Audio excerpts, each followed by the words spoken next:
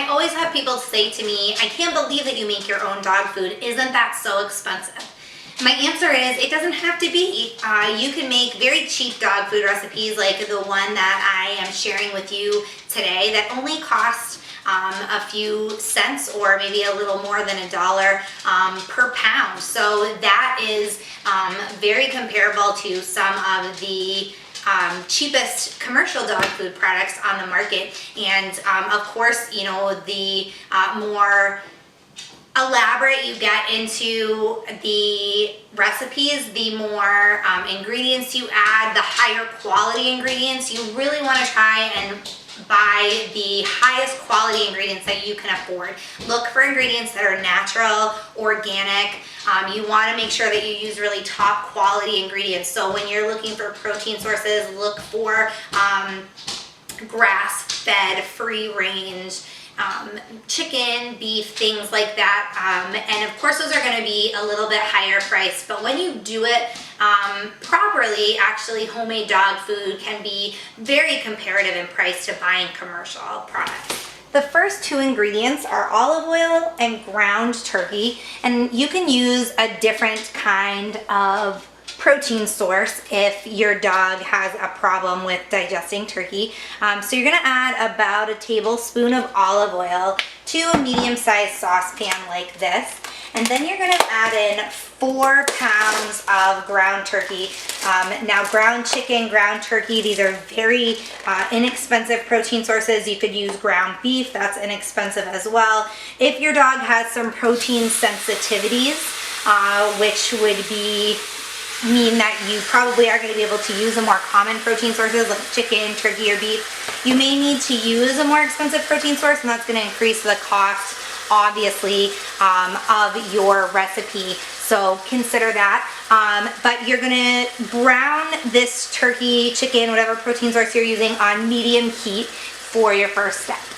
It's going to take 15 to 20 minutes to brown the turkey. That's quite a lot of turkey. So I fast forwarded. Now mine is all brown, and you can see that I've kind of cut it up into small bits. And now I'm going to add the rest of the ingredients for this recipe. You want to cook 1.5 cups of dry brown rice. Now that's turned into probably about 3 cups of cooked rice. But you're going to start out with 1.5 cups and just cook it according to the instructions on the package, and whatever it comes out to, you're going to mix that in here once it's all cooked up.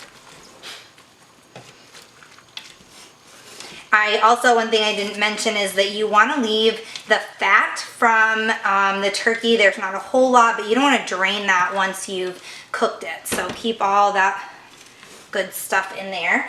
You also are going to take a 15-ounce can of tomato sauce. Now you can see I got 100% natural. This is organic. You want to grab the healthiest ingredients, like I said, that you can. So there's 15 ounces of tomato sauce, and we're just going to stir that around.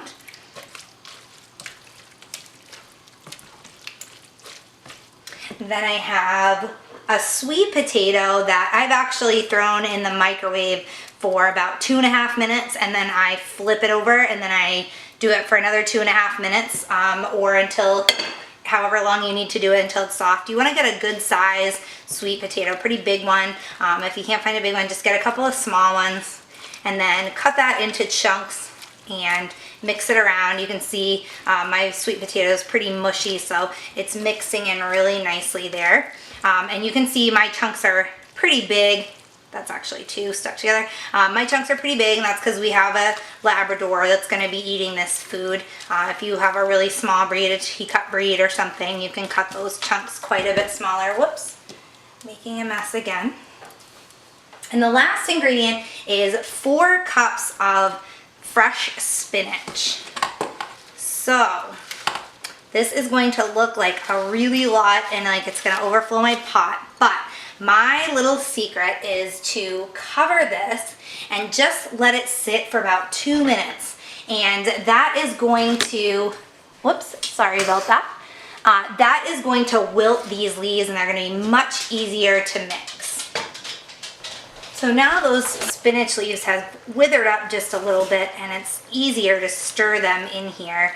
And that's it. That's all. That was your last ingredient. That was just one little tip that I wanted to include that I find working with spinach leaves, it's a lot easier to wait until they wilt to mix them around. For this food, you're going to want to feed about a half a cup to 3/4 of a cup for every 20 to 25 pounds of body weight.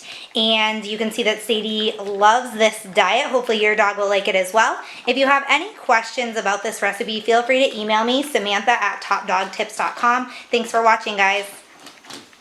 Thank you so much for watching my video, guys. We really appreciate you guys tuning in whenever we post a new video. Of course, you can check us out on our website, topdogtips.com. So be sure to bookmark that and check back often because we are always publishing new reviews, product information, top 10 lists, information about dog care, grooming, training, all aspects of dog care, health, and we share some vet tips on there, all kinds of great stuff. So if you're a dog owner, dog lover, that's the site for you. Also, be sure to find us on social media. We are on Facebook, Twitter, Instagram, Google+.